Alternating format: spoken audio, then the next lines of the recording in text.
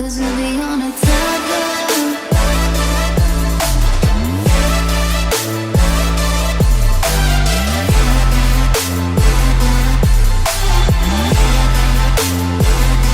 Cause we'll be on a tether.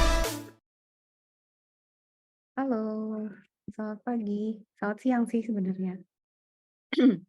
Oke, selamat Hari Raya Idul Fitri. Mohon maaf lahir batin ya semuanya. Karena hari ini pada pollingnya minta record, ya udah saya record. Jadi hari ini materi kita namatin main memory ini. Oke. Nah, topik ini sesuai di Igrasias itu minggu ke-9. Jadi tentang manajemen memori nanti kita habis ini belajar virtual memory dan lain sebagainya, ini penting. Nah, sebenarnya eh saya pengen minggu depan tuh kalian kuis dulu baru masuk virtual memory. Soalnya saya mau ngecek UTS kemarin kayaknya banyak yang jawabannya sama gitu loh. Jadi saya mau ngecek kalian, ini gimana sih kalau satu orang mau saya cek. Jadi minggu depan saya mau ada kuis semua open cam. Saya tanya pertanyaannya beda satu-satu, jawab satu-satu, saya nilai satu-satu. Oke. Karena saya mesti make sure kalian eh, ikut materinya gitu. Ini udah lewat UTS loh. Kalau bablas nanti masa UAS mau ini lagi, saya mau copy paste lagi gitu kan ya. Oke. Dah, sekarang hari ini kan main memori. Tugas nanti saya taruh di Google Colab. Sorry, Google Classroom. Kalau ada pertanyaan silahkan sampaikan di WhatsApp, boleh. Terus tugas jangan lupa dikumpulin. Terus absen akan saya ambil dari komen di video ya. Nanti setelah saya upload, saya share di grup. Nanti kalian harus komen di video, oke? Siap ya. Nah, kalian kalau lupa ya, ntar saya refresh lagi. Kita tuh udah belajar banyak sebelum ini kan. Oke, dilihat di Gracia saja ya. Sebelumnya kan kita udah belajar konsep thread sinkronisasi, penjadwalan, memori dan deadlock, terus UTS kan. Sekarang kita tuh mau belajar memori dan storage sama I/O. Nanti di akhir file system. Jadi udah sebenarnya itu. Cuman di sini ada konsep-konsep penting yang memang detail gitu ya. Jadi pastikan kalian paham. Ini bakalan kepake bukan cuma hafalan aja. Ini juga nanti ada hubungannya. Kalian kalau mau ngapain gitu ya, mau bikin aplikasi, mau bikin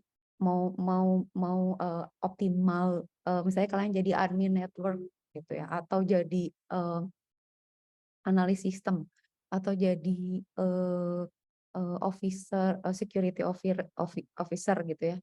Maksud saya di apa bidang security, mau kalian mau develop antivirus, mau apapun, ini tuh kuliah ini bakal kepake gitu.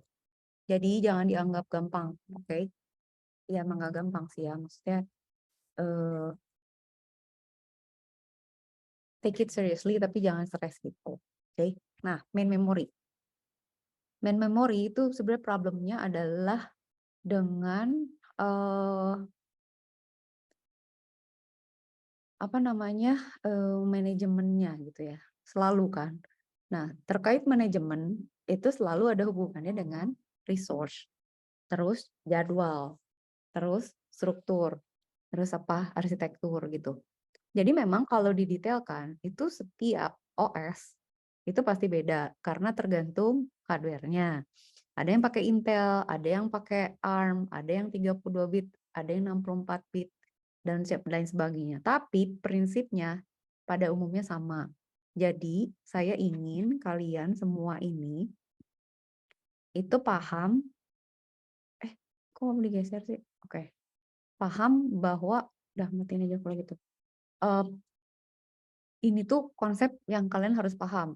Kalaupun misalnya nanti kalian mau analisis atau forensik deh misalnya, kalian jadi ahli forensik. Kalau nggak ngerti OS ya udah nggak ngerti, nggak selesai, udah nggak bisa gitu. Teknik komputer tuh kalau nggak ngerti OS ya udah nggak ada soul-nya. Nah, memori itu bagian terpenting dari operating system karena di situ adalah tempat kita memanage banyak operasi, banyak data dan lain sebagainya gitu ya. Itu ya. Oke, dah selesai. Kita lihat background. Oke, memori udah tahu ya kalian ada main memory, ada external memory, ada beberapa jenis memori kan. Nanti kita akan belajar virtual memory. Virtual memory itu juga penting karena konsep virtualnya itu dipakai di mana-mana gitu ya. Nggak cuma di memori. Nah, jadi kalau CPU itu tuh dia punya akses langsung ke main memory which is RAM sebenarnya ini ya. Yang dekat sama dia sama register gitu ya.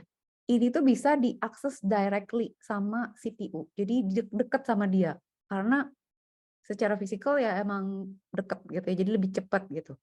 Nah, nanti di memori itu ada address, ada read, ada write, jadi ini ada address mau di write, apa mau di read, terus mau diapain gitu ya. Jadi ini makanya saya bilang waktu itu, kenapa komputer tuh ada clock-nya gitu. Nah, berapa clock itu menunjukkan berapa banyak instruksi yang dia bisa jalankan dalam satu satuan waktu kan.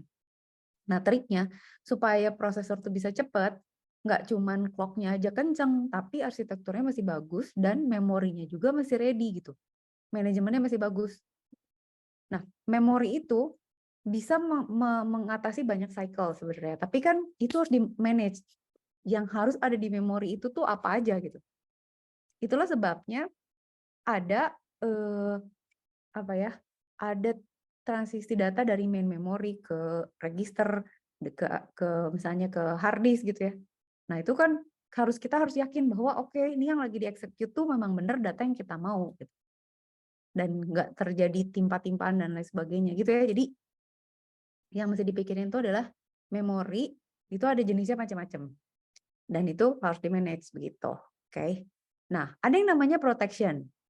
Protection itu perlu di memori untuk memastikan bahwa tidak terjadi tumpang tindih antara operasi yang sedang berjalan. Jadi kalau ada beberapa proses yang sedang jalan itu harus si OS harus tahu ini tuh lagi dipakai sama proses ini. Dia lagi pakai register ini. Lagi operasi apa? Udah sampai level apa? Apakah dia lagi di critical section atau enggak gitu. Ini tuh sama kayak misalnya kalian punya locker gitu ya. Kalau bisa kalian bayangin nggak, misalnya locker tempat penitipan barang itu cuma ditaruh di meja, itu nggak ada protection-nya gitu. Barang bisa ketukar, orang bisa ngambil barang orang, bisa salah ngambil, kayak gitu aja sih sebenarnya prinsipnya. Jadi kayak kalau kita punya protection kayak gini kan kalian lihat ya, di sini kan ada alamat di mana, oke, ada alamat-alamat yang dicatat sama OS memastikan bahwa wilayah kekuasaan suatu proses itu segimana gitu. Base sama limitnya sampai mana, terus dia lagi akses kemana aja, lagi read atau write dan lain sebagainya gitu ya. Protection ini penting. Nah, bisa kita lakukan secara hardware address protection, di mana nanti CPU itu akan ngecek dia bilang ini addressing-nya sesuai nggak gitu. Kalau ada CPU address, base-nya oke nggak, base tambah limit oke nggak. Maksudnya apakah dia timpa-timpaan nggak alamatnya, available nggak? Kayak misalnya kalian booking lapangan futsal gitu, lapangan nomor segini kosong nggak gitu. Jadi selalu harus dicek, gak boleh nimpa yang udah dipesan sama orang gitu ya. Bentar, oke. Terus tunggu dulu bentar. Kita lanjut. Nah, karena kita ngomongin address sebagai bagian dari protection, harus ada yang namanya binding. Maksudnya apa sih binding? Binding itu adalah menghubungkan antara suatu alamat dengan prosesnya gitu. Jadi kayak misalnya, ini address ini kosong apa enggak, lagi dipakai sama siapa. Nah itu jadi kita tahu kayak locker ini misalnya. Kita nitip locker kan, biasanya bindingnya pakai apa? Kalau locker kan ada protection. Saya kalian ke mall, menitip barang gitu. Setidaknya walaupun nggak ada pintunya, pasti ada sekatnya kan. Terus bindingnya pakai apa? Pakai nomor kan. Kayak misalnya kita nitipin tas gitu, sama dia dikasih nomor 40 gitu. Nah, itu binding tuh. Jadi addressing intinya gitu ya. Dia akan memberikan alokasi address untuk setiap proses sehingga OS akan tahu ini address ini tuh lagi dipakai siapa gitu. Address ini tuh proses yang mana gitu, itu namanya address binding. Nah, binding of instruction tadi kan Taruh. Ini kan kok nggak bisa. Ini kan address binding ya. Terus instruksi sama data to memory juga harus dibinding. Jadi artinya kan ada address nih. Address kan terkorelasi sama proses. Proses kan butuh instruksi sama memori untuk memproses kan. Jadi kayak misalnya kalian, oke ruang, saya ini deh mau booking ruang rapat di gedung TULT gitu ya, ke gedung TULT-nya Telu yang baru. Oke, itu udah dapat ruang rapatnya kan. Nah, tapi kan harus jelas itu di ruang rapat mau ngapain. Ini rapat kaprodi misalnya gitu. Yang diundang siapa aja, dosen-dosen teknik komputer membahas tentang UAS misalnya. Itu kan jadi kalian bisa kebayang nggak? Jadi oke, ruang rapat ini itu udah di-bind ya, dipakai untuk instruksinya apa? Oke, instruksinya mau buat rapat, datanya siapa? Orang-orang dosen-dosen gitu. Untuk melakukan apa? Untuk melakukan rapat mengenai UAS. Jadi kayak jadi nanti ada waktu compile, waktu load, execution time gitu ya. Jadi pada saat si OS ini mengambil atau allocate suatu address memori gitu ya, dan kita melakukan aktivitas di sini gitu ya, di sini akan ada operasi-operasi, di dalamnya tuh ada instruksi dan data gitu. Jadi nanti yang mana yang mau diambil, yang mana yang mau dibaca, mau dikemanain, kalau harus pindahin ke register yang mana gitu kan, kalau mau baca yang mana gitu loh. Jadi harus ada bindingnya gitu ya. Oke.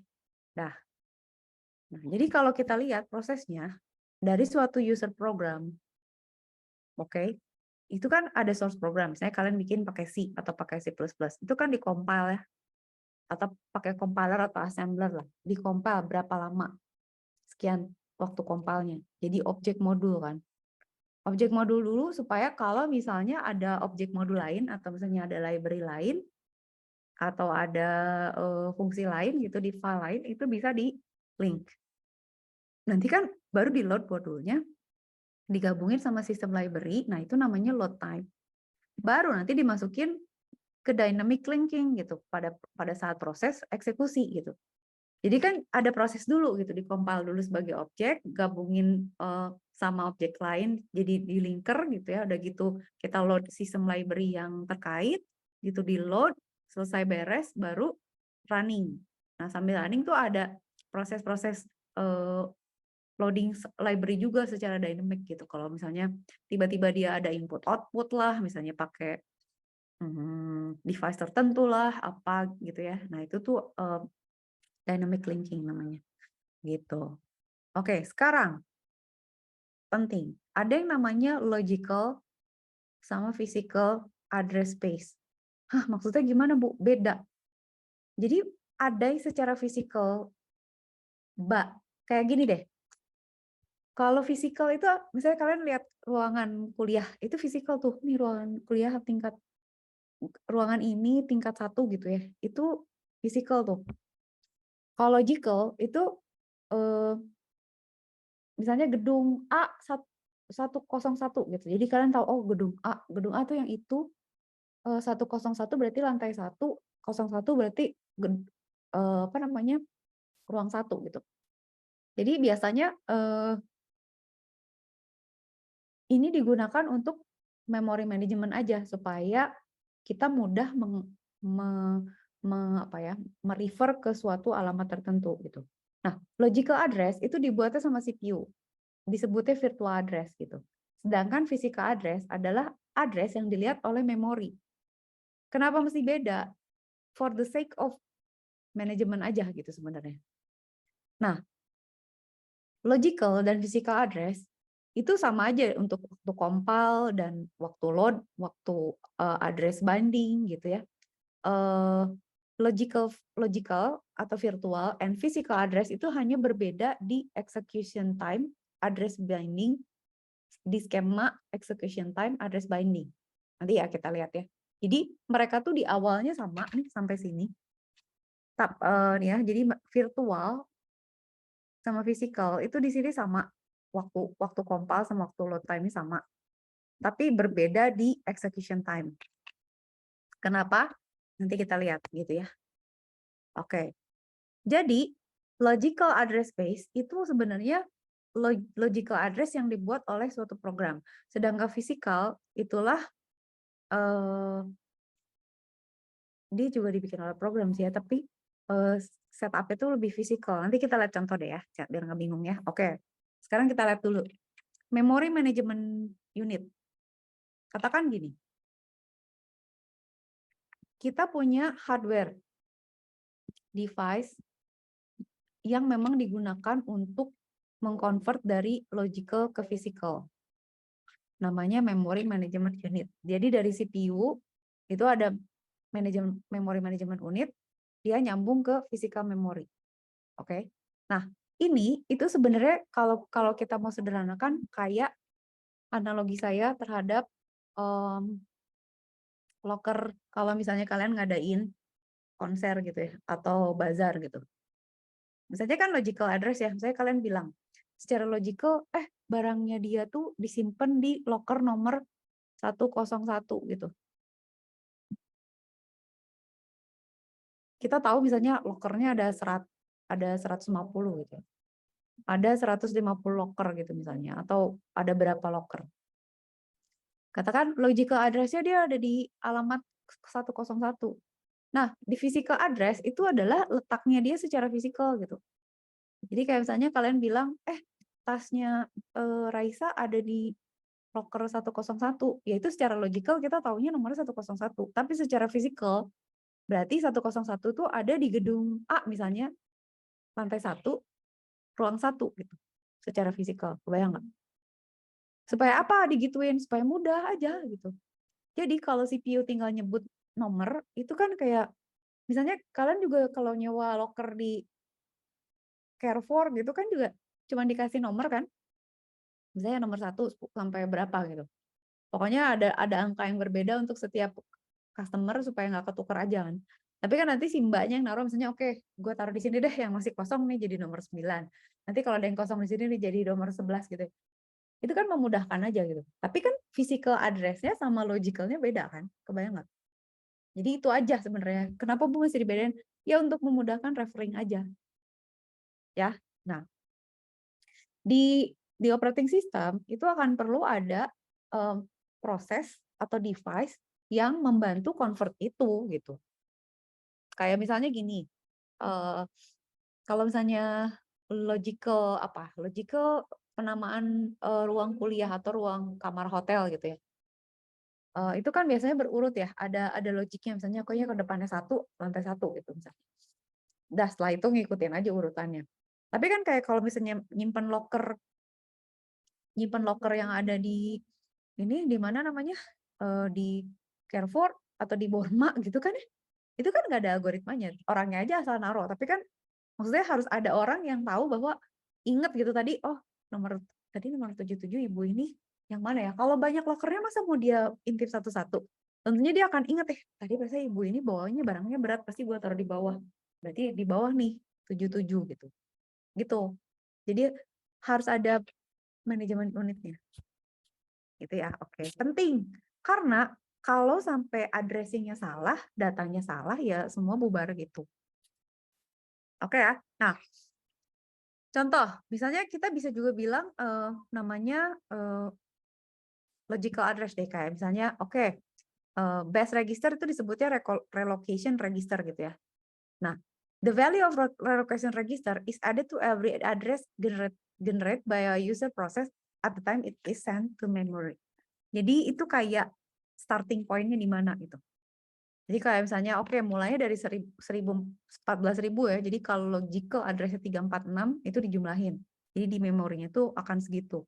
Kenapa harus ada? Karena biasanya alamat sekian sama sekian itu dipakai sama sistem, dipakai sama OS. Itu sama deh kayak kalian misalnya ke suatu gedung itu misalnya dipakai buat hotel, dipakai buat kantor, dipakai buat apapun gitu ya. Itu biasanya bagian manajemen tuh ada lantai tertentu yang dipakai buat manajemen kan, sama itu juga gitu. Jadi ini intinya gitu aja sih. Oke. Dah. Sekarang yang dimaksud dengan dynamic loading itu apa? Oke.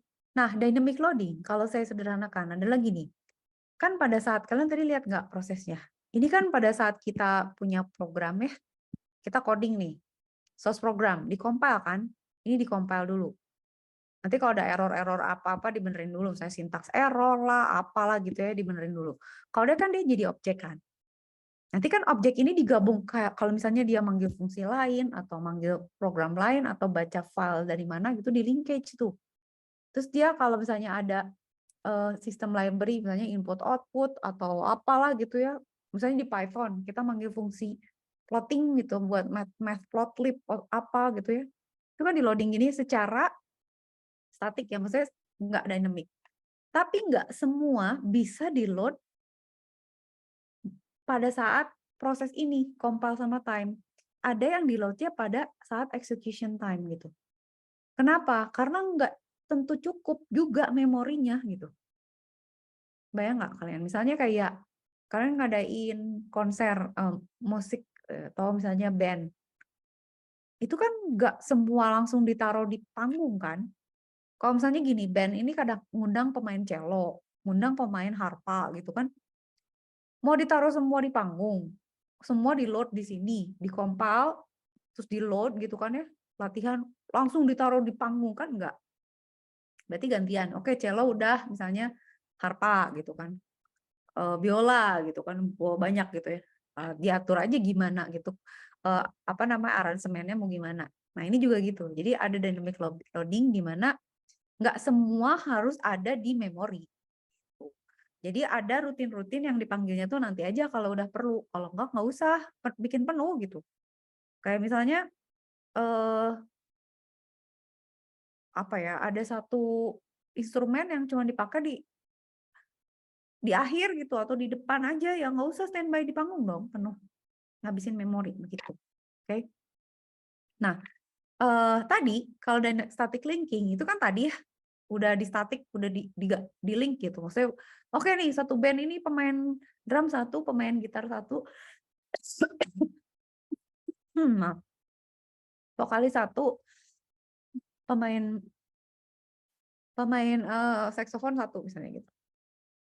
Ya udah itu static. Tapi kan nanti di tengah-tengah ada improvisasi, ada nambah vokalis dan lain sebagainya itu dynamic.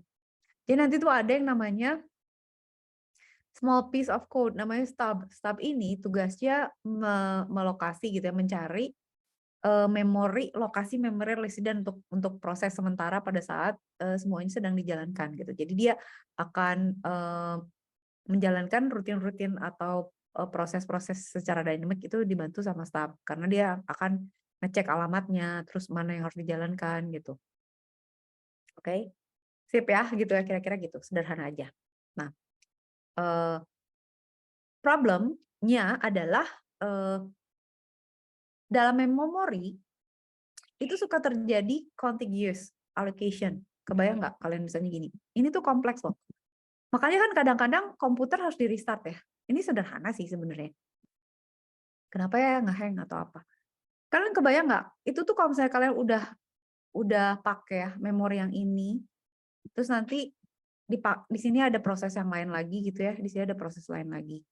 Terus nanti kan dia udah selesai ada proses lain. Itu tuh nanti akan terjadi kayak fragmentation gitu loh, di mana proses-proses yang sama letaknya berjauhan, kebayang nggak? Jadi bisa aja nih proses yang ini itu karena nggak ada tempat atau karena keterbatasan tempat karena udah pada banyak di proses diakses sebelum-sebelumnya, dia tuh berpisah gitu. Karena tadinya di sini ada proses nih, di sini tuh ada proses. Di sini sebenarnya ada proses nih, di sini ada proses sebenarnya. Cuman setelah prosesnya selesai mereka udah keburu jauh gitu ya. Nah, itu kan harus ada manajemennya. Gitu. Jadi waduh gitu kan ya kayak misalnya pasar gitu. Di pasar itu misalnya kalau misalnya ada orang jualan atau pasar kaget deh gitu. Pasar kaget itu kalau udah penuh itu kan bisa pecah tuh misalnya, wah nih gue jualan lapak gue nggak cukup, yang kosong mecah gitu. Dia jualan tempe di sini tuh mecah di sini sama di sana gitu. Itu kan manajemennya jadi lebih susah gitu. Nah, nanti kerjaan si MMU ini akan berat gitu karena dia harus melakukan mapping tapi dynamic gitu. Kayak misalnya di pasar gitu, misalnya ada yang nyatet gitu ya. Wah, Bu, saya mau beli tempe. Oh, tukang tempe tuh ada di sini sama di situ gitu kan. Itu kan harus tahu MMU. Jadi, oh, tukang jualan beras di situ, yang jualan misalnya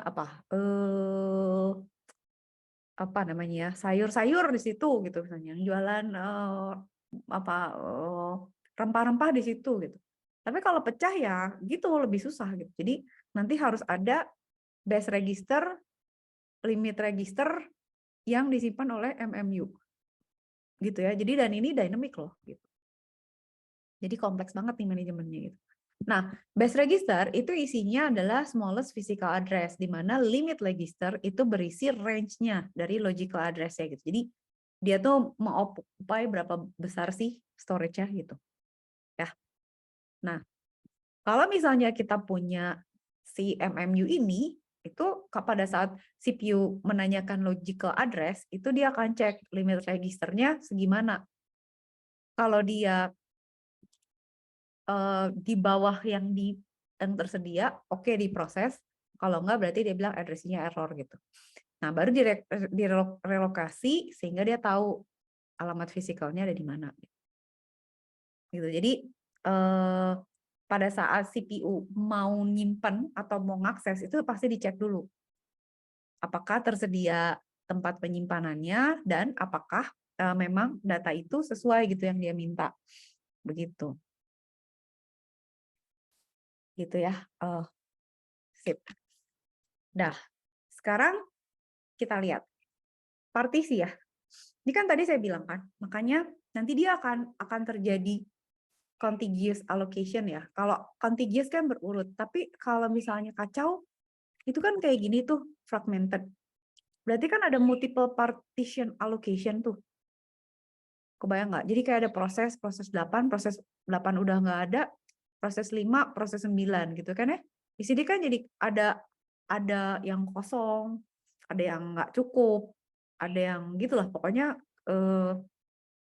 gimana caranya manage supaya proses bisa terus jalan gitu. Mau dipilihin yang muat atau gimana nih gitu. Tapi resource-nya cuma segini. Nah, manajemen ini tuh tekniknya macam-macam. Nah, ada yang namanya dynamic storage allocation problem kayak yang saya pernah jelasin ya. First fit itu adalah kita allocate whole, ini whole ya, yang namanya biru nih, whole itu adalah block of available memory. Gitu. Nah, biasanya dia scattered tuh di dalam memori. Nah, variable partition itu artinya size-nya yang digunakan untuk menggunakan memori ini tuh bebas gitu. Jadi kayak misalnya kalian mau allocate, ya udah size-nya sesuaiin aja sama besar coding-nya gitu. Nggak dipastiin, cuman ya udah mau berapapun kita pastiin, misalnya 256 kilobyte misalnya gitu, enggak. Jadi variabel. Nah, nanti kan ada bolong-bolong kayak gini. Nah, cara ngisinya gitu ya, dari ada hole yang paling, misalnya ada beberapa hole nih, ada beberapa area biru gitu ya. Ada yang pakai first fit, itu ya udah dia cuman lihat aja, pokoknya yang pertama ketemu itu ya udah diambil itu gitu. Kalau best fit itu yang secukup sepasnya dia gitu, smallest hole that is big enough gitu. Jadi misalnya kalian size-nya misalnya coding-nya misalnya 537 kilobyte, terus ternyata ada yang 600 gitu ya, udah itu yang diambil. Gitu. Atau worst fit, cari yang terbesar gitu. Cari hole yang paling besar untuk dipakai gitu ya. Nah, perhatiin bahwa untuk best fit, first fit itu kan sambil begitu ketemu langsung kalau cukup langsung dipakai kan. Kayak misalnya kalian mau cari lapak nih buat jualan di pasar gitu. Kalian jalan gitu. Begitu ada yang kosong langsung kalian isi kan. Itu first fit. Kalau best fit nyari dulu yang mana yang paling pas gitu. Tapi dia kan harus search entire list kan. Kecuali kalau ada diurutkan berdasarkan ukuran gitu ya. Nah, untuk cari worst fit itu juga harus search entire list gitu. Gitu ya. Jadi nanti beda-beda sih first fit and best fit better than worst fit in terms of speed and storage utilization. Jadi paling lumayan tuh first fit sama best fit dibanding sama worst fit. Karena kenapa? Kalau worst fit ngapain gitu ya? Allocate the largest hole. Kalau misalnya dia kecil, dia nggak allocate yang gede gitu. Ngapain gitu? Malah nggak optimal karena nggak bisa dipakai sama yang mungkin ada proses lain yang lebih besar yang bisa pakai dia gitu. Gitu ya. Nah, ini yang jadi problem. Ini selalu terjadi. Memori mau di RAM, mau di hard disk, itu selalu ada fragmentation. Itu sama kamar kalian, sama lemari kalian, sama lemari sepatu. Itu pasti fragmentation di mana kalian harus rapiin lagi tuh kamar dan lemari gitu. Karena udah pecah, udah berantakan. Kalian suka ngerasa nggak di kamar misalnya, ini udah nggak cocok nih, misalnya tadinya diatur celana jeans sebelah sini atau berdasarkan warna atau berdasarkan jenis barang misalnya. Harusnya ini tempat buku, di sini tempat kaos kaki, itu udah kacau. Nah, kayak gitu aja gitu. Jadi fragmentation itu sama di dalam memori itu kalau udah acak-acakan posisinya itu namanya fragmentation. Nah, dibedakan jadi dua. Yang namanya external fragmentation sama internal fragmentation. External fragmentation itu adalah kalau kita punya total memory space, kita punya total memory space gitu ya. Untuk suatu kebutuhan, tapi nggak urutan gitu. Jadi secara misalnya gini, saya mau beli, saya perlu lapak nih 3 kali 5 meter, oh ada gitu, tapi nggak di satu tempat, pecah-pecah 1 meter di sana, 1 meter di sana gitu. Kebayang, nah itu external fragmentation. Kalau internal fragmentation gitu ya, ada memori yang bisa dialokasikan dan dia biasanya sedikit lebih besar dari requested memory, tapi ya jadinya kosong gitu. Jadi itu fragmentation internal. Jadi kalau eksternal itu artinya secara keseluruhan space-nya ada tapi pecah-pecah. Kalau internal fragmentation artinya ada space yang tersedia tapi dia agak kebesaran gitu. Jadinya sebenarnya nggak optimal tapi ada gitu. Gitu ya kira-kira ya. Nah, kalau kita analisis sebagai menurut first fit itu kita bisa lihat bahwa kalau kita punya ada sekian blok atau n blok dialokasikan, setengahnya itu akan terfragmentasi gitu. Sehingga sepertiganya tidak akan terpakai karena ya itu ada yang kepake tapi sisa gitu ya. Jadi artinya kira-kira 50% deh yang akan terpakai secara optimal gitu. Ininya apa namanya storage-nya. Oke. Lanjut ya.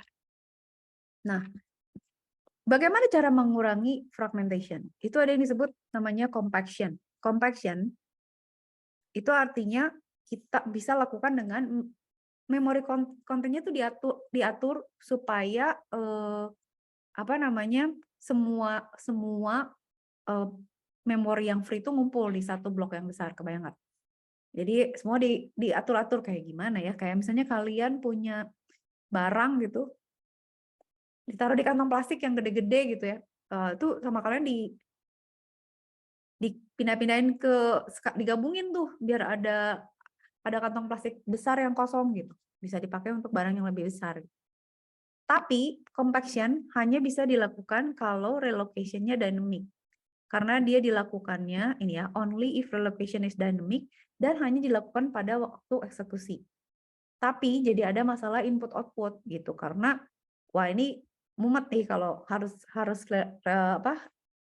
relocation secara dynamic sambil ngurusin I/O. Karena harus loading ke buffer dan lain sebagainya gitu. Jadi problemnya banyak lah. Tapi compaction itu berusaha gitu ya, berusaha ngegabungin yang proses yang ada di satu tempat supaya yang kosongnya, free-nya tuh bareng gitu, berurut gitu. Udah, sampai situ udah oke? Oke ya, nah ini penting nih. Ini konsep paging.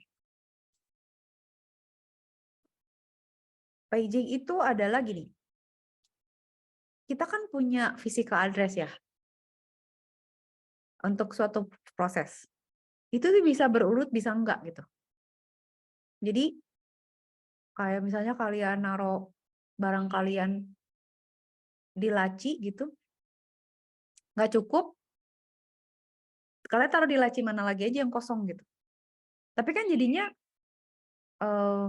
harus di-manage nih gimana ya supaya optimal. Nah, dengan paging itu sebenarnya kita menghindari external fragmentation. Jadi supaya tidak terjadi ada si space-nya tapi pecah-pecah gitu. Jadi kita page gitu ya. Dan kalau kita pakai paging itu kita nggak punya ukuran memori yang berbeda-beda gitu. Jadi emang udah di-fix. Nah, kita akan punya, jadi caranya gimana? Kita akan membagi nih, kita punya physical memory nih. Itu kita bagi jadi ukuran yang fix. Jadi paging ini dia nggak mau variabel, dia maunya fix gitu. Jadi dia akan punya fix size. Jadi gimana caranya kita mengelola memori dalam satu satuan yang namanya page. Dan itu ukurannya udah saklek gitu. Ya udah ukurannya segitu, kayak kertas misalnya A4 segitu ukurannya gitu. Bayangin gitu aja deh. Nah, si ukuran size ini tuh namanya frame. Si frame ini itu pangkat dari 2. Jadi berapalah 2 pangkat? 10 2 pangkat. 12 dan berapa gitu. Jadi antara 512 byte dan 16 megabyte. Itu biasanya page-nya gitu ya. Nah, kemudian ini kan divide physical memory kan. Sekarang kita divide logical memory. Ukurannya sama. Disebutnya page. Oke, jadi hati-hati. Physical memory itu dibagi menjadi frame, logical memory dibagi menjadi page. Oke, jadi kayak tadi tuh, misalnya kalian physical memory itu ruang kuliah yang mana sih gitu ya. Itu ruang kuliahnya tuh udah fix ukurannya gitu. Jadi mau muridnya ada 40, muridnya 1.800, mau muridnya cuma 10, ruangannya segitu gitu. Nggak di variabel kayak misalnya muridnya 10 di resize gitu ya, ruangannya bisa di partisinya. Oke, misalnya 2 ruangan ini gede ya. Misalnya kalian ada 2 ruang kuliah kan suka ada partisinya tuh. Itu bisa misalnya kebetulan hari ini saya kuliahnya muridnya 90 orang. Ini sebelah cuma 15 orang. Partisinya geser boleh nggak, Pak? Jadi ruangan saya kuliahnya lebih gede gitu. Nggak gitu. Jadi udah fix. Itu secara fisikal namanya frame. Kalau secara logical itu namanya page. Nah, page itu ya udah, misalnya ukurannya berapa gitu. Kayak misalnya, saya punya locker buat nyimpen barang gitu. Ya udah, lockernya samain ukurannya kayak kalian kalau nitip barang aja gitu, berapa kali berapa gitu. Nah, ya udah terus nanti dicatat nih frame yang masih kosong yang mana. Kalau kita menjalankan program kita lihat yang boleh dipakai yang mana aja gitu. Tapi harus ada page table-nya untuk ngecek yang mana yang free, yang mana boleh dipakai, translate dari frame ke page itu kayak gimana gitu. Oke? Gitu ya. Nah, tapi ini masih bisa terjadi internal fragmentation. Apa internal fragmentation? Ya bisa terjadi aja. Misalnya kayak tadi gitu ya, ruangannya segede gini tapi muridnya cuma 10 gitu. Itu internal fragmentation gitu karena tunggu. Stop ya. Oke ya. Sekarang kita lanjut. Paging udah. Nah, skema dari address translation itu kayak gini. Jadi nanti ada number page-nya, ada offset-nya. Jadi kalian bayangin kayak misalnya gini. Bayangin aja kayak page aja, kayak lembaran gitu ya, lembaran A4 gitu. Jadi halaman berapa, nanti paragraf ke berapa gitu aja lah kira-kira. Jadi page number tuh biasanya halaman 5 gitu ya. Offsetnya tuh baris ke berapa atau paragraf ke berapa. Jadi nanti ukuran kertasnya itu sama semua, nanti tinggal paragrafnya sepanjang apa gitu, barisnya berapa banyak, nanti dihitungnya berdasarkan itu gitu. Nah ini kan kalau kita lihat ya, kita bagi nih, ada page number, terus ada page offset gitu ya. Jadi nanti kita lihat nih, page numbernya berapa, page offsetnya berapa. Nah P ini adalah M dikurang N, sementara offset itu N-nya gitu. Jadi nanti selisihnya ada di sebelah mana. Misalnya, oke, kalau gitu misalnya dari alamat sekian gitu ya, page 10, offsetnya misalnya 200 atau 20.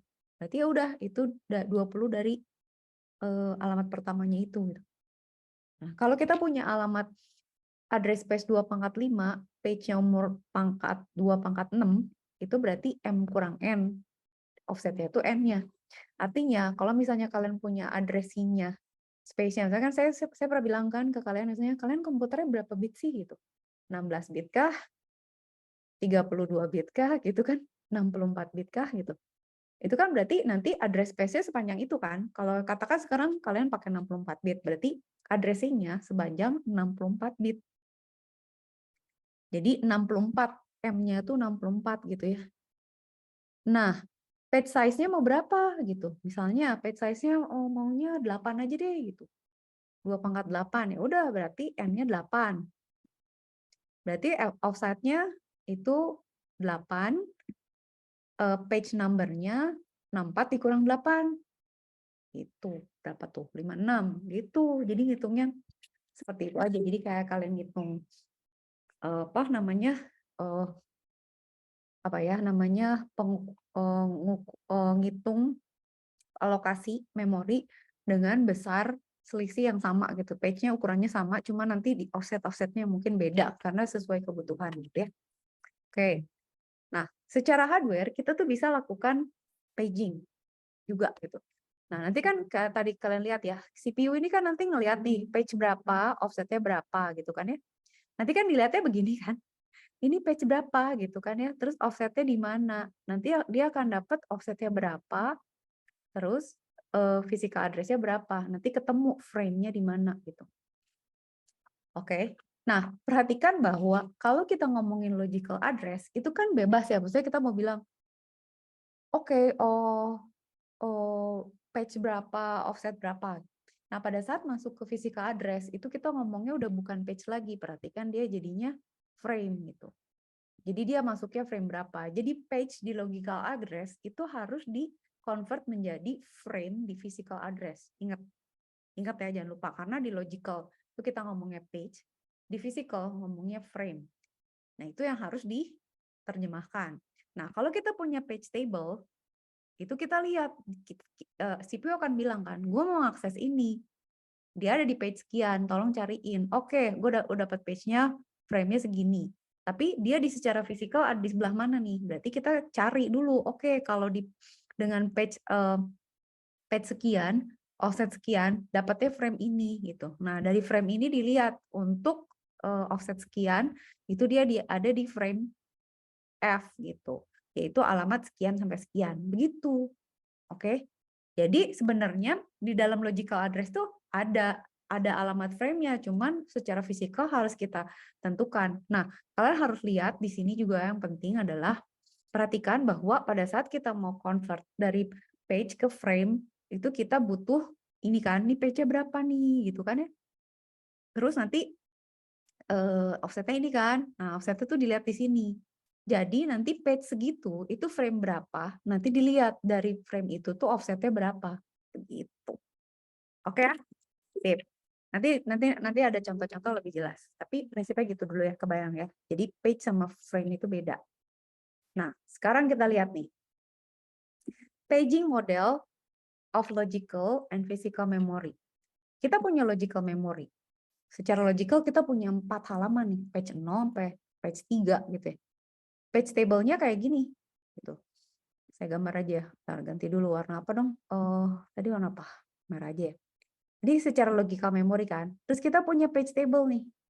Di page table itu di halaman 01, 2, 3, 4 tuh ada nomornya 1, 4, 3, 7. Which is itu adalah frame number-nya gitu.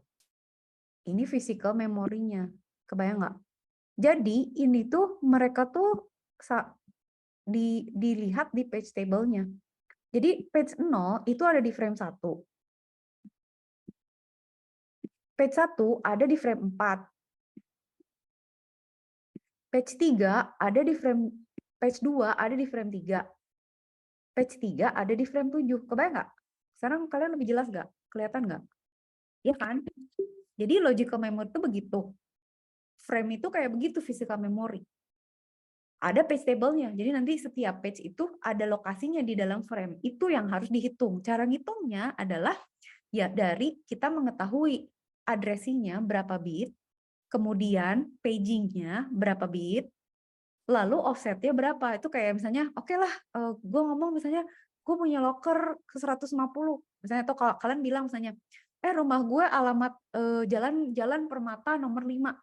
Nomor 5 tuh yang mana kalau nggak ada nomornya? Ya berarti kalian bisa hitung kan, misalnya, oh, lu hitung aja dari awal, nomor 5 kan rumah gue. Lu hitung aja tiap rumah tuh lebarnya 10 meter.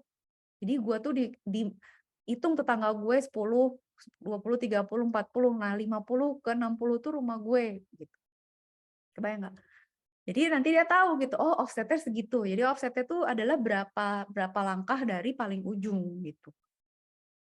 Jadi kan kalau misalnya kita ngomong kan secara logikal, oke, Jalan Permata nomor 5. Oke, nomornya 5, tapi secara fisikal sebelah mana? Nah, secara fisikal kan mesti dilihat. Oh, selisihnya 10 itu. Jadi dijengkal gitu. Gitu ya, kira-kira. Kalian kalau ada yang nggak ngerti nanya ya. Soalnya kalau nggak nanti minggu depan mau saya kuis loh. Di kuis saya akan nanya. Jadi kalau kalian nggak ada yang nanya, saya yang nanya. Begitu aja urusannya, oke? Contoh nih sekarang. Paging example, kita punya logical address. N-nya 2, M-nya 4. Ingat nggak yang tadi saya tunjukin? N itu panjang offsetnya, M itu addressing-nya. Jadi addressing-nya 4 bit. Oke. Offsetnya 2 bit. Dia menggunakan page size of 4 byte. Kenapa 4 byte? Karena 2 pangkat 2, ya kan? Kan ini N-nya. Kan 2 pangkat N. Physical memorinya kenapa 38? Kayak 32 byte. Karena 2 pangkat 4. Atau 2 pangkat M. Ya kan? 2, 4, 8, 16. 2, 4, 8, 16, 32. Gitu ya? Bener ya? 2 pangkat 5 ya? 32 ya? Kok gitu sih? Ini nggak salah nih, M-nya 4. Tunggu. Page size-nya 4 byte. Logical. Oh, bener. Sorry. 4 bytes. Dan physical memory 32 bytes. Yaitu 8 pages. Tunggu. Kenapa dia dapat 32 bytes ya? Dari mananya? Logical address-nya. Oke. Logical address-nya begini. Oke. Physical memorinya 2 pangkat 2, 4, 8, 16, 32.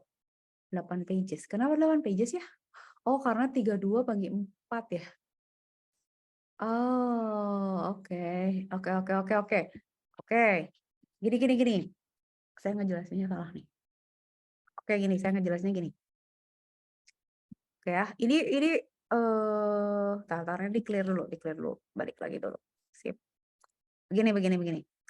Kita punya logical address ya. Mana coretannya? Logical address ya. Logical memory, logical address. N-nya 2, M-nya 4. Oke. M-nya 4. 2 pangkat 4. 2, 4, 8, 16. 16 ya.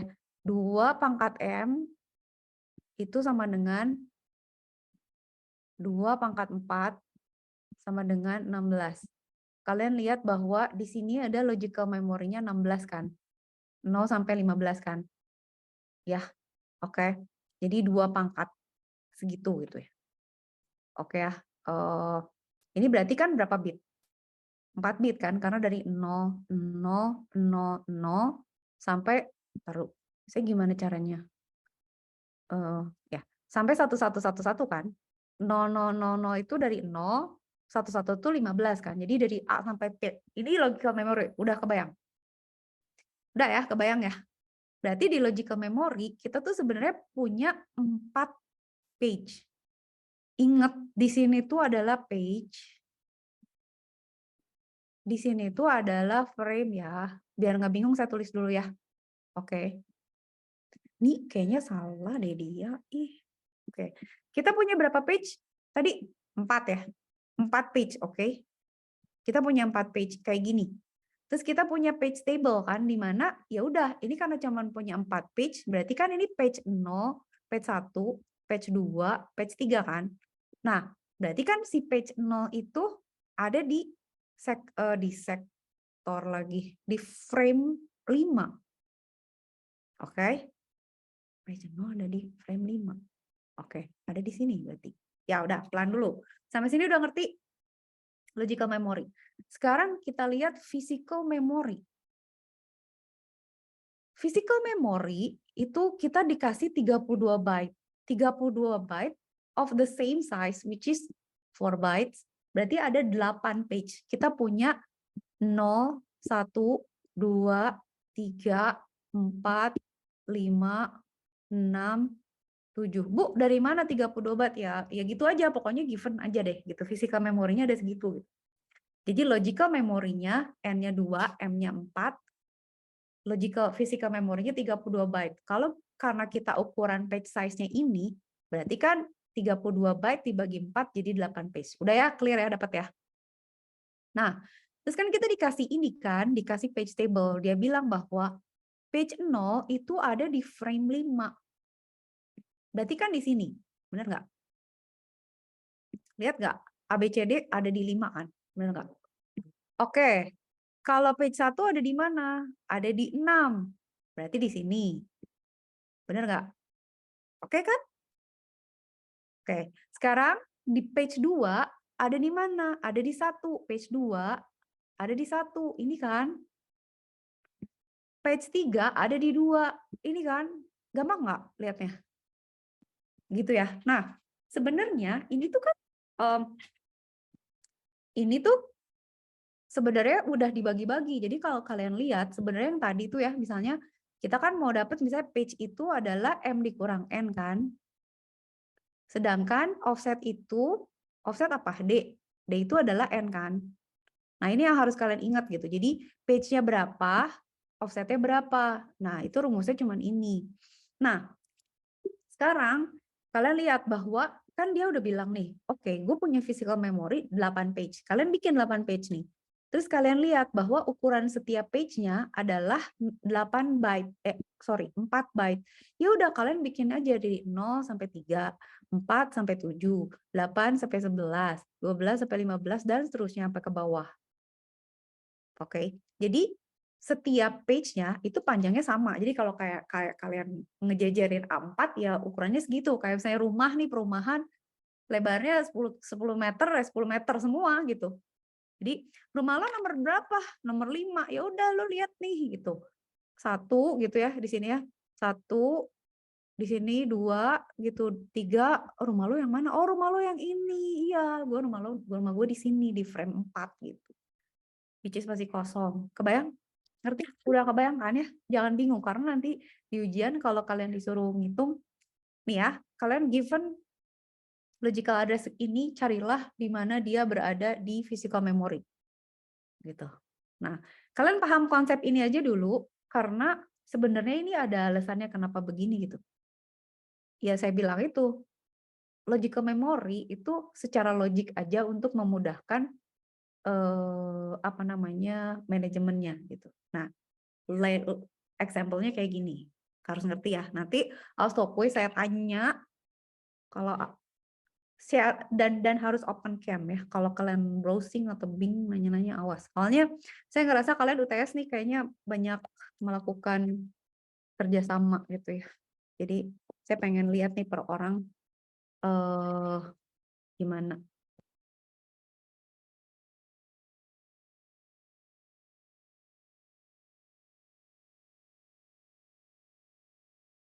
Oke ya, sip. Lanjut. Nah, sekarang kita mau ngitung paging. Kan tadi kan saya bahas kan ada external fragmentation, ada internal fragmentation. Internal fragmentation adalah di saat kita menggunakan space yang kosong, tapi nggak semuanya. Jadi ada sisa gitu. Jadi kayak kalian saya punya lapak gitu. Lapak kalian tuh, misalnya kalian buka lapak miswe gitu. Kalian cuma butuh 3x4, tapi lapaknya 5x4 gitu ya. Jadi ada sisa.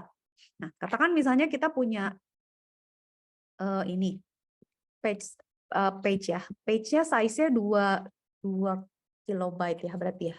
2048 byte. Prosesnya coret lagi. Page-nya size-nya segini kan? proses size-nya segini. Berarti ya udah kita tinggal lihat aja. Page-nya segini, berarti dibagi aja. Berarti 35 pages tambah ini sisanya gitu. Tambah 1086 bytes. Jadi ini itu menghabiskan 35 page tapi sisa 1086. Berarti internal fragmentation-nya si ini dikurangin ini. Ini adalah internal fragmentation, cuman gitu aja sih ngitungnya. Jadi fragmentation terburuk itu adalah ngabisin satu frame, which is satu frame sampai 1 byte gitu ya. Dan biasanya fragmentation itu setengahnya, setengah frame size aja gitu. Jadi gimana nih? Lebih baik pakai frame yang kecil apa pakai frame yang besar gitu. Tapi kalau frame-nya kecil-kecil, trackingnya lebih susah. Kalau besar, banyak internal fragmentation. Jadi kayak gitu. Di engineering itu selalu harus ada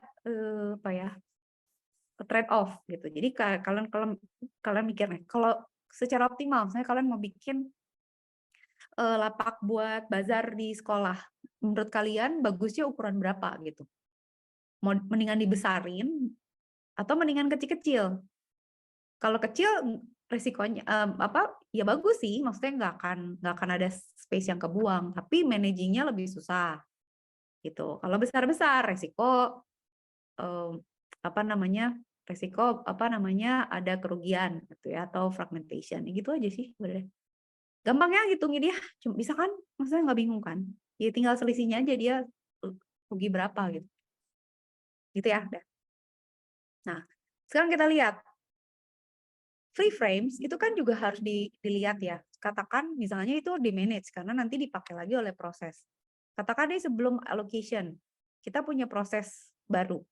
Free frame list-nya itu kan ada di 14, kok ya warnanya beda sih? 13, 18, harusnya yang free yang biru ya, 20. Dah, terus kalau pas kita udah allocate, kita akan allocate berarti 0 ini ada di 14 gitu ya, diallocate di sini. 1 ada di 13 gitu. 2 ada di 18, 3 ada di 20. Lihat dari mana? Lihat dari sini. Tuh. Jadi akan selalu gitu. Jadi akan nanti dikasih tahu, oh ya ini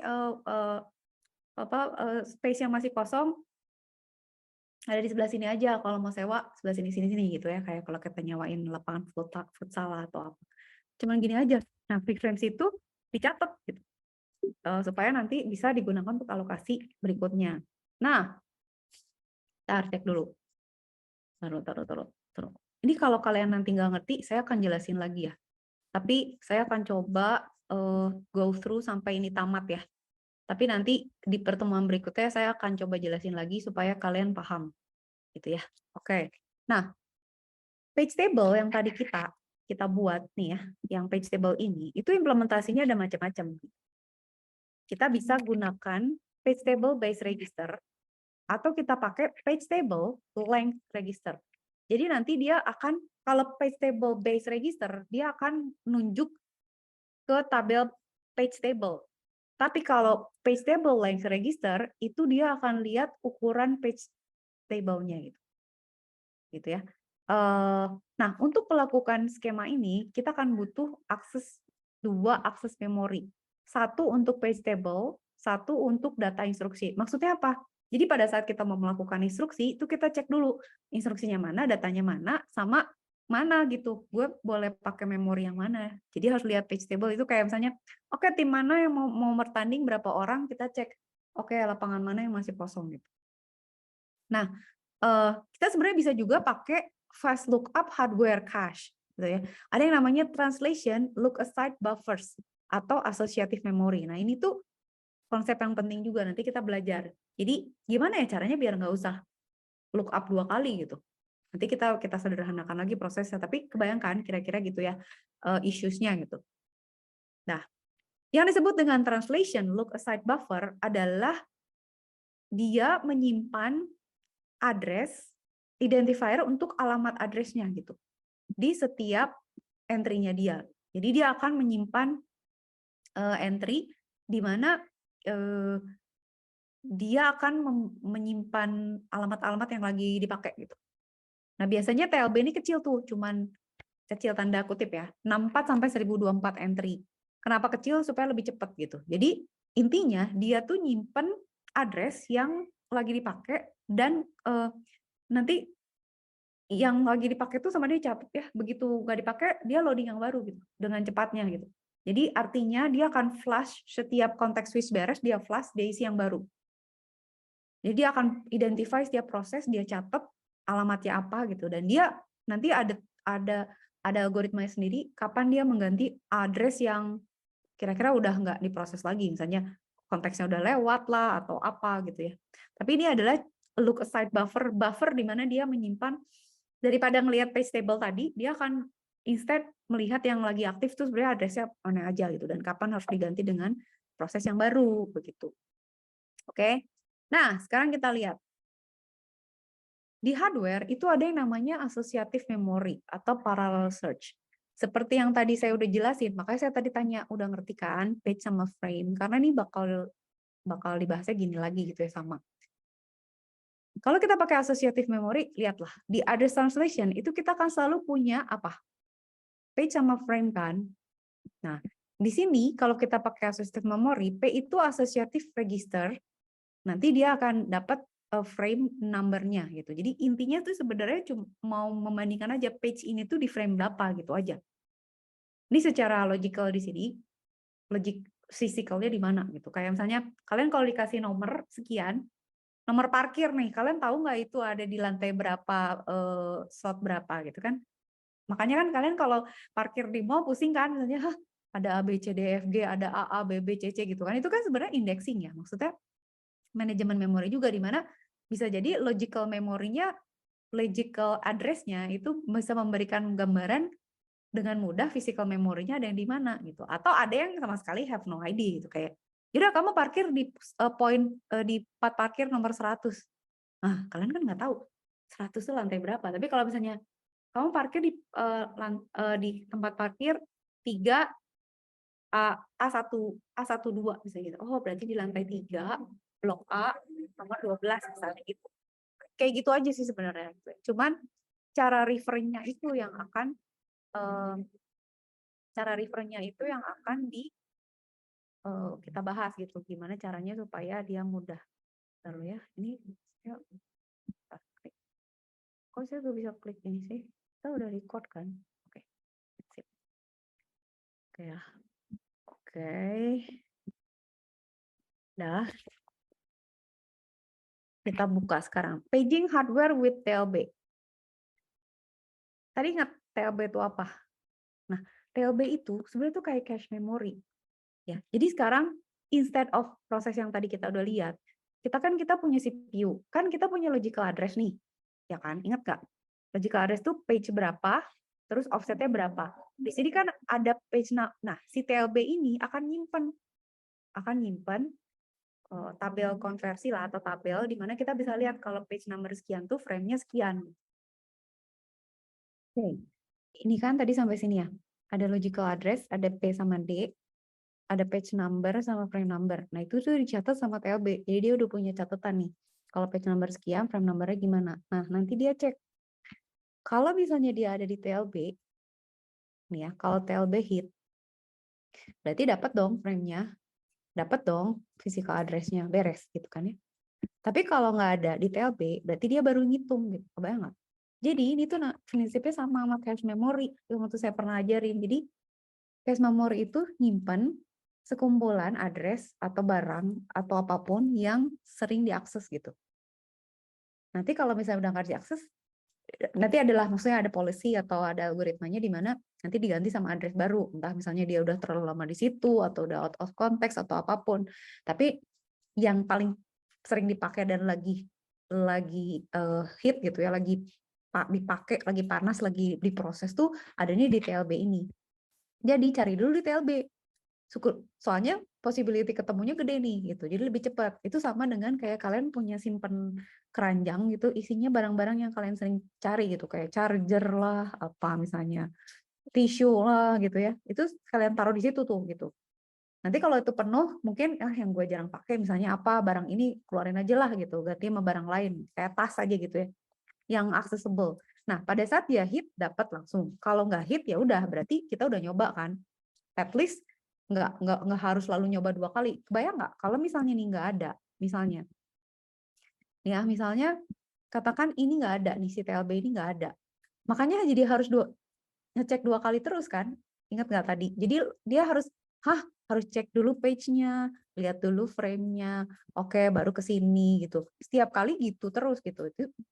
Jadi akan lama tuh reading-nya 2 kali terus. Sedangkan kalau ada TLB udah ada di situ. Jadi langsung akses, langsung dapat, langsung akses, langsung dapat gitu. Kebayang nggak? Jadi kayak catatan cepetnya gitu. Nah, itulah yang saya pengen ceritain ke kalian tuh adalah gitu di engineering itu selalu ada cara gimana caranya kita ngebikin shortcut, gimana caranya kita punya algoritma yang menyederhanakan proses, yang menghemat resource gitu ya. Oke ya, clear ya, ini TLB udah ngerti ya. Nah, Bu, emangnya pasti ketemu kalau kita cari di TLB. Nah, ada yang namanya hit ratio. Jadi hit ratio itu adalah seberapa sering sih kita nemu page yang kita cari ada di dalam TLB. Kan kalau tadi kita lihat kan di sini nggak selalu mungkin ketemu kan, bisa miss kan. Tapi secara statistik itu hit ratio-nya 80% loh. Jadi page number yang lagi dicari itu biasanya 80% ada di TLB. Gitu. Itu bisa menghemat banyak banget daripada kita 100% harus melakukan proses yang sama berulang-ulang. Kalau tinggal bisa cari nyontek di TLB lebih cepat kan. Nah, katakan misalnya kita 80% ya hit ratio ya. Katakan kita punya 10 nanosecond untuk akses memori. Kalau kita 2 kali langsung gitu ya, nih tipe memory akses kan kita pakai 20 nanosecond. Boros kan? Kalau cuman ke TLB kita cuman pakai 10 nanosecond. Kebayang nggak kalian misalnya harus selalu 20 nanosecond padahal bisa 10 nanosecond. Kayak kalian misalnya mau ke kampus harus selalu 20 menit padahal bisa 10 menit. Iya nggak?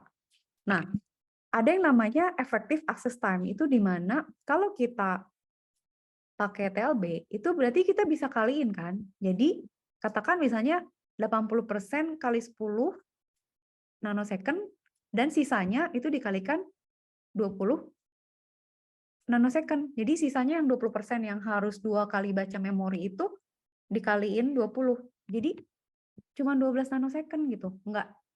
Nggak sebanyak, nggak 100%, jadi nggak 200 nanosecond banget gitu ya. Nggak 100% harus 20 nanosecond. Jadi ada 20% slowdown di access time. Jadi ini menghemat banyak gitu.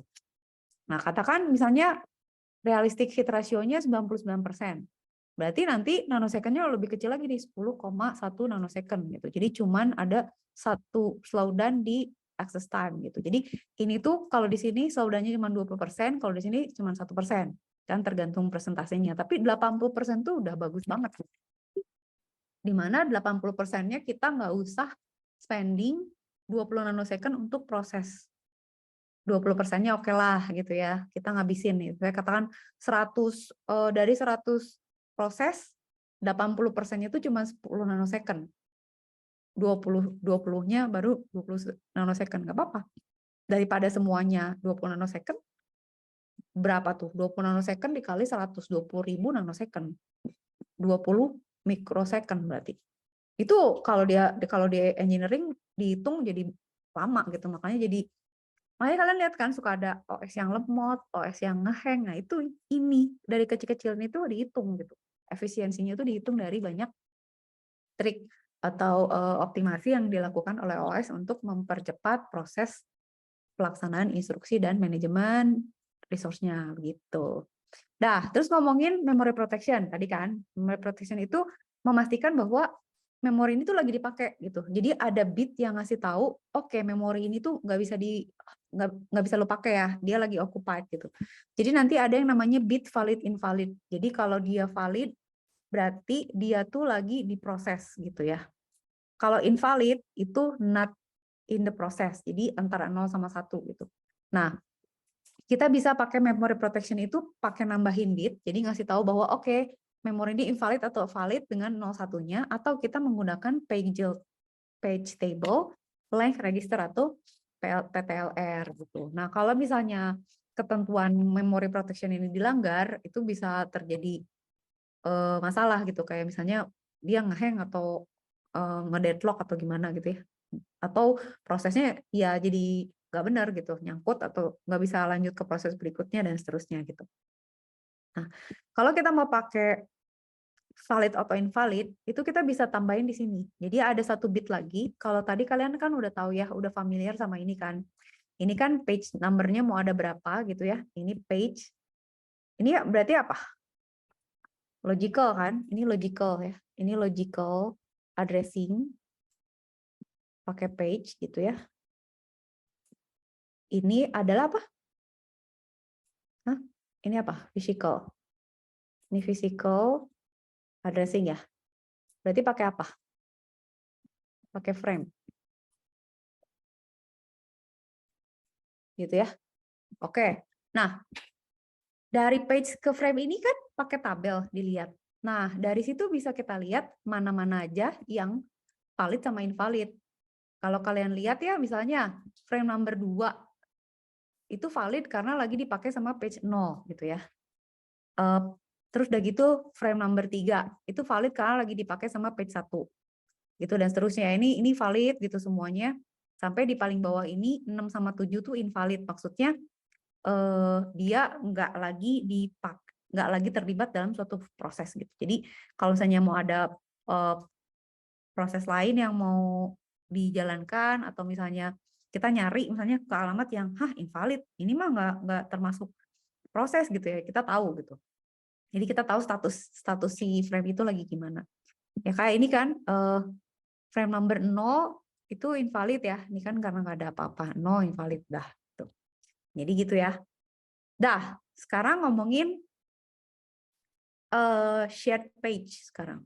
Nah, si page ini tuh bisa di-share juga gitu. Jadi kita bisa share code. Ada 1 copy read only gitu ya, code yang dibagi di beberapa proses gitu. Jadi kebayang nggak? Jadi ada 1 kode yang dijalankan dibagi untuk banyak proses, misalnya text editor, compiler, Windows system gitu. Nah, ini tuh mirip dengan multiple thread.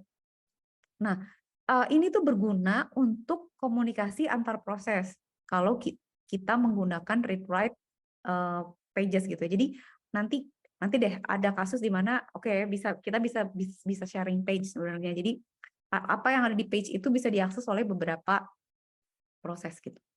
Atau kita juga bisa private. Jadi misalnya setiap proses punya copy yang beda data sama kodenya.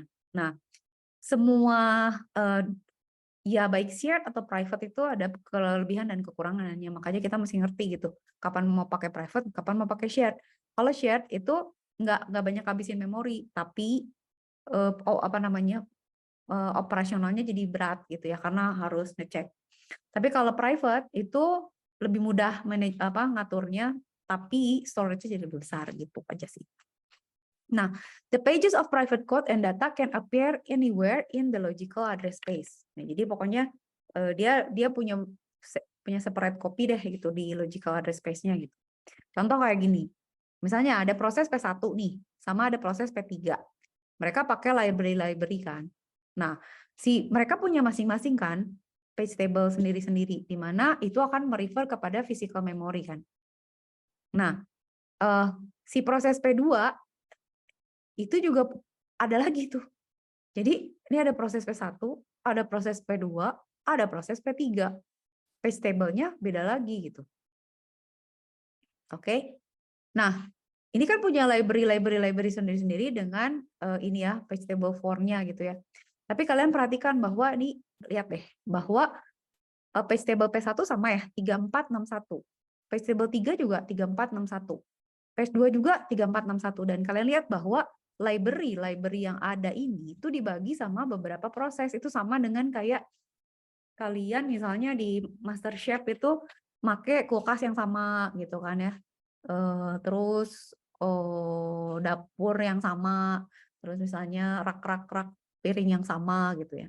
Jadi kalau kayak share page gini, kenapa dibuat gini? Lebih hemat memori kan, karena bisa dipakai bareng-bareng. Cuman manajemen gantiannya itu yang akan mesti dipikirin gitu. Tapi sama, misalnya pakai library 1 nih, dua-dua mereka pada pakai library 1, library C1. Ya udah berarti mereka ke sini gitu.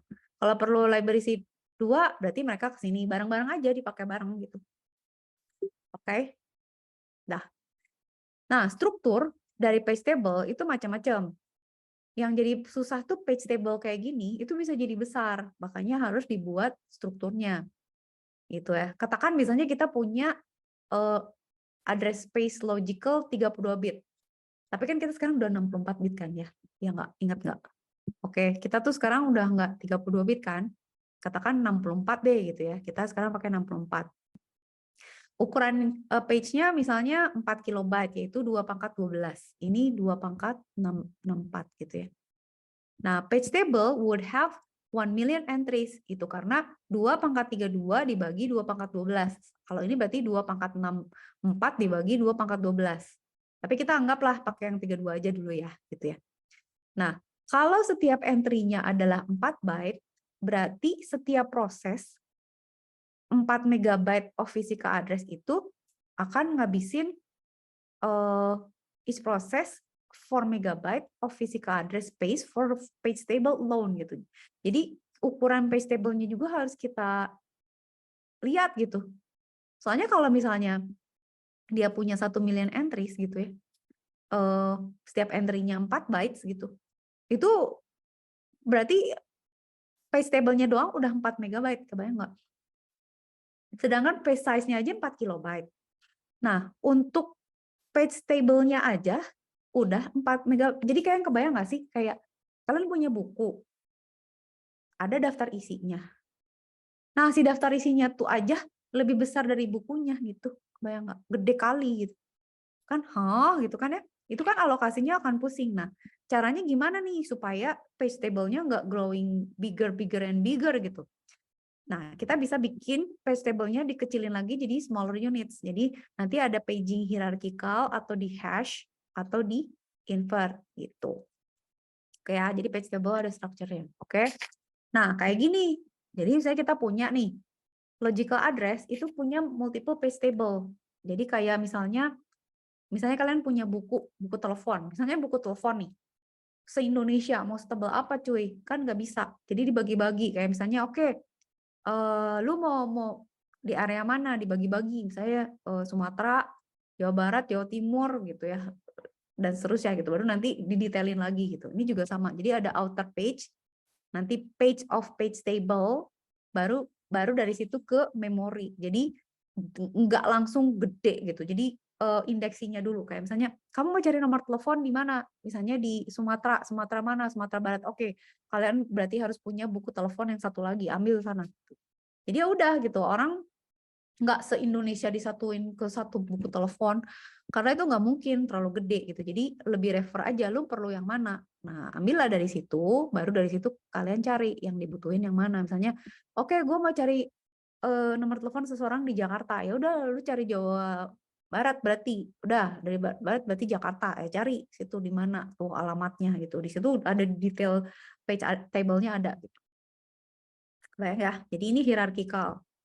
Atau jadi nanti akan ada 2 level paging gitu. Nanti ada page number, ada page offset. Itu dibagi. Kayak misalnya ada 32 bit machine, itu tuh dibagi 20 bitnya buat page number, 12 bitnya untuk page offset. Gitu kira-kira. Ini nggak baginya gimana Bu ya? Kira-kira gitu deh. Ancar-ancarnya gitu ya. Umumnya begini gitu. Nah, nanti setelah page number-nya itu ini kan ya, kita kan punya 32 bit machine di logical address. 20 bit dipakai buat page number, 12 bit dipakai untuk page offset kan. Nah, page table-nya kan di page ya.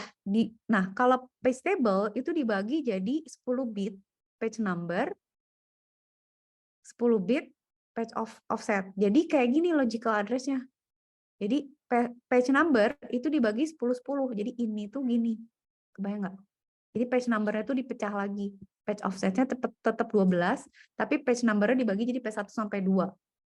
Nah, P1 itu dipakai untuk indeks ke outer page table, sedangkan P2 itu displacement di dalam page yang ada di dalam page itu gitu. Jadi kayak forward map page table. Jadi si page number-nya itu dipecah jadi dua level gitu. Kayak misalnya gini. Kalian punya kamu loker berapa? Saya loker 10. Oke, loker 10 laci berapa gitu loh. Kebayang nggak? Ini nomor loker, ini nomor laci gitu. Jadi ada detailing lagi gitu. Nanti baru dari situ dicari lagi di laci itu tuh yang mana, informasi yang mana yang mau diambil. Itu kira-kira. Nah, jadi kayak gini nih, berlapis gitu. P1 nyari dulu. Oke, loker berapa? P2 yang nyari laci berapa. Dari laci baru dilihat offsetnya. Dari offset baru tahu kita alamat fisikalnya yang mana gitu. Oke. Udah ya. Nah, kalau kita pakai 64 logical address space, tunggu dulu. Oke. Kalau kita pakai 64 logical address space, nah, kalau kita pakai two level paging udah nggak cukup. Karena kalau page size-nya 4 kilo, 2 pangkat 12, berarti page table-nya itu punya 2 pangkat 52 entry. Karena 2 pangkat 64 loh. Jadi udah gede banget gitu. Nah, kalau pakai 2 level scheme, berarti kan kebayang nggak ininya 12 ya? Si offsetnya anggap tetap ya 12 ya. Inner page-nya tetap 10. Outer page-nya aja udah 42 gitu. Outer page aja udah segini. Sebesar 2 pangkat 44 bytes. Jadi berarti kita harus nambahin second outer table. Jadi ini tuh harus dipecah lagi. Tapi kalau misalnya kita kasih outer page 2 kedua, ini tuh masih 2 pangkat 34 byte in size gitu. Jadi masih gede banget gitu. Jadi kalian kebayang nggak sih? Misalnya kalian punya tempat parkir, kalian punya nomor parkir, terus ada alamat parkirnya di mana gitu, misalnya di lantai berapa, posisi mana gitu ya. Terus ada tabel referensinya, kalau nomor ini ada di posisi fisiknya yang mana. Tapi si tabelnya itu lebih gede lagi gitu, maksudnya storage-nya gede banget gitu karena banyak gitu yang harus itu. Nah, itulah yang jadi masalahnya gitu. Nah, jadi kan kita mesti mikir tuh, susah nih kalau misalnya kita pecah ya, kalau udah 64 bit, akhirnya addressing-nya tuh jadi beda. Makanya arsitektur komputer itu kan nggak sembarang, misalnya kalau gede tinggal digedein. Oh, kayak mobil gitu. Oh, mobil mau digedein tinggal di resize aja gitu. Enggak gitu. Karena ada faktor-faktor lain yang mesti kita adjust. Kayak gini misalnya kita tambahin second outer page table, itu bisa terjadi 4 memory access dibutuhkan untuk hanya mendapatkan satu physical memory location. Kebayang nggak? Jadi kayak misalnya gini, saya mau ngambil mobil saya. Oke, bentar Pak, Bapak logical address-nya berapa? Segini. Sebentar ya Pak, lihat tabel 1. Oh, ini tuh ada di gedung utara. Lihat ke tabel gedung utara. Oh, gedung utara itu ada 4 lantai. 1, 2, 3, 4. Oh, di lantai 4. Lihat tabel yang lantai 4. Oh, lantai 4. Kebayang nggak? Jadi kayak kalian ngakses physical memory atau kalian ngakses 4 buku telepon atau apapun berapa kali gitu. Jadi kebayang, pada saat skill-nya membesar, nah managing-nya tuh pun jadi lebih challenging gitu. Nah, jadinya bisa dibikin 3 level kayak gini kan. Oke, kita bikin 3 level aja kalau gitu. Walaupun kita udah tahu ya ini bakal gede gitu. Inner page-nya 10, offset-nya 12. Kalau 42 kegedean, ya udah bikin second outer page-nya 32, yang ini 10, yang ini 10, yang ini 12. Coba jadi kayak gimana? Tetap aja gede gitu ya. Oke. Jadi gimana? Coba sekarang kalau kita lihat pakai hash page table, namanya hash ya. Hash. Oke, sabar ya, sedikit lagi ya. Hash page table. Oke. Kalau pakai hash page table itu kita biasanya gunakan untuk yang di atas 32 bit. Nanti kita pakai virtual page number tuh. Jadi ada virtual page number, masukin ke page table. Nanti ada chaining-nya gitu. Jadi ada elemen di dalam virtual page ini, ada virtual page number, value map-nya, pointer-nya. Gitu ya. Jadi nanti kalau misalnya kita punya 64 bit addresses, itu kita bisa lakukan hash. Nanti kita lihat ya detailnya kayak gimana. Nah, kayak gini. Biasanya kita punya ada hash, ada logical address, kita kasih hash table, terus nanti physical address-nya apa. Sebenarnya hash itu kalian kalau tahu secara security, atau kalian tahu hash kan, fungsi di hash kayak misalnya kita kirim message hello world gitu, di hash itu kan nanti kita dapat kodenya kan, kode heksadesimal untuk setiap message. Itu sebenarnya gitu aja. Jadi alamatnya itu di hash. Nah, hash-nya itu adalah physical address-nya gitu. Nah, ini tuh bisa bagus asalkan nggak ada timpaan aja, kayak misalnya logical address-nya beda, hash-nya sama. Wah, nanti tabrakan tuh di physical memorinya bentrok gitu. Tapi intinya gitu ya, hash table. Atau pakai inverted page table. Kalau inverted itu berarti kita kayak gini, jadi di invert gitu ya, dibalik arsitekturnya. Jadi kayak misalnya kita punya CPU nih, kita kan punya logical address nih. Nah, dia tuh punya PID gitu. Nanti dia cari di page table ini untuk PID sekian, itu dia I-nya tuh berapa, dia cek ke sini, nah baru dia dapat physical address-nya gitu. Jadi dia menggunakan dia balik gitu. Jadi dia kalau kemarin itu kan kita nggak punya P kan, jadi kita cari P. Kita nggak punya PID kan biasanya, tapi kita tahu P-nya kan, ya kan? Terus kita dapat di sini, terus kita tahu, terus baru kita cari apa namanya, dari sini kita tahu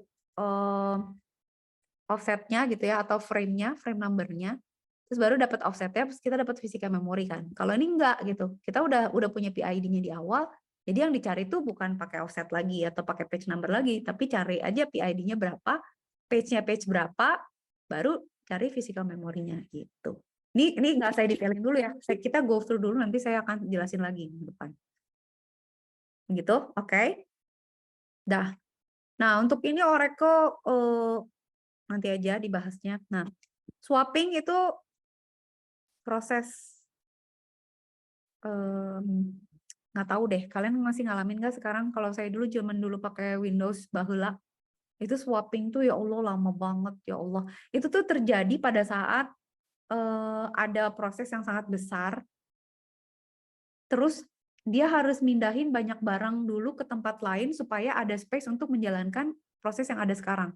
Jadi nanti dibilang gue swapping dulu ya. Itu kayak misalnya gini, lagi ada pasar malam nih di lapangan, terus tiba-tiba mau ada kawinan gitu. Kata pasar malamnya, gue kan sewa 2 minggu, iya tapi kawinan cuma Sabtu Minggu ini. Berarti kan si pasar malamnya mesti dipindahin dulu tuh. Lu pindah dulu ya, karena mau ada kawinan. Nah, perabotan pasar malam pindahin dulu ke tempat lain, dicopot-copotin dulu, komedi diputer segala macem, terus setting up buat kawinan, set up stage segala macem. Itu kan prosesnya lama. Nah, jadi swapping tuh kayak gitu. Pada saat memori nggak cukup, terus ada proses yang cukup besar dan nggak bisa dikonten di satu tempat, jadinya harus ada proses gini gitu, mengakomodasi supaya space-nya cukup. Jadi kayak ada proses, oh udah gantian siapa yang masuk, siapa yang keluar, ya udah nanti kan setelah kawinannya beres, kawinan diberesin lagi. Udah gitu pasar malam kudu digelar lagi di situ. Itu kayak gitu swapping. Capek. Nah, kalau prosesnya aja udah ribet, terus addressing-nya jelek, ya udah kiamat deh OS-nya. OS-nya udah jelek banget, udah bubar gitu kira-kira. Oke. Nah, jadi kayak gini nih swapping. Lapangannya cuma segede gini. Tapi mau ada kawinan sama mau ada pasar malam. Nah, gimana tuh? Gitu ya. Nah, context switch time berarti nanti dihitung ya transfer rate-nya. Kayak misalnya, oke, mindahin barangnya berapa, kira-kira bisa berapa banyak per hari, berapa truk nih gitu. Atau yang ini kayak gini ya, swapping hard disk tuh transfer rate-nya berapa, mindahin datanya berapa, terus ukurannya berapa, wah itu ya, memori yang dipakai berapa, itu swapping tuh tedious banget. Makanya banyak apa ya namanya, banyak teknik algoritma yang dicari untuk dapat mengoptimalkan proses-proses kayak gini gitu, gantian memori, protecting memori, ngebaca address-nya, swapping, lalalala gitu ya. Wah, ini pakai paging juga bisa nih, swapping with paging gitu ya, macam-macam. Begitu. Udah sih. Nah ini contoh-contoh pakai Intel ya, tapi ini nggak saya bahas dulu karena udahlah prinsipnya kalian udah lihat gitu ya. Kayak misalnya gini deh, secara umum Intel tuh kayak gini ya, dia punya segmen deskriptor dan lain-lain. Kalau ARM itu beda lagi. Dia punya outer page, inner page lah apa, TLB gitu ya. Setiap arsitektur tuh beda-beda gitu. Begitu. Nah, bab 9 tuh udah selesai sebenarnya. Saya akan bahas lagi minggu depan tuh saya akan coba kuis kalian, tapi nanti saya akan go through lagi pemahaman kalian tentang paging, frame, terus kayak ini ya apa misalnya TLB gitu kalian harus ngerti memory protection, valid invalid, terus kalau kita share page kayak gimana. Ini sebenarnya prinsip-prinsip yang ini sih yang kalian harus ngerti yang kayak hierarchical tuh gimana, terus to level paging kayak gimana gitu ya. Sama hash dan inverted gitu. Nanti saya akan jelasin lagi lebih detail, tapi secara prinsip sih itu sih sebenarnya. Ini kayaknya panjang ya. Saya sampai recordingnya tuh sekali putus berapa kali loh ini sampai nyambung karena kebetulan tadi ada interupsi segala macam. Nah, ini mau saya edit dulu videonya. Nanti kalian silakan nonton. Kalau ada pertanyaan silakan tanyain. Jangan lupa absen nanti saya cek dari kalian absen ya, absensi kalian ya. Oke. Jadi kira-kira itu sampai ketemu lagi. Siap ya. Nanti mau saya kasih kuis lagi. Jangan lupa tugas ada di Google Classroom, nanti saya umumin di grup kalau udah di-upload. Oke, sip. Sampai jumpa lagi. Terima kasih banyak semuanya. Assalamualaikum.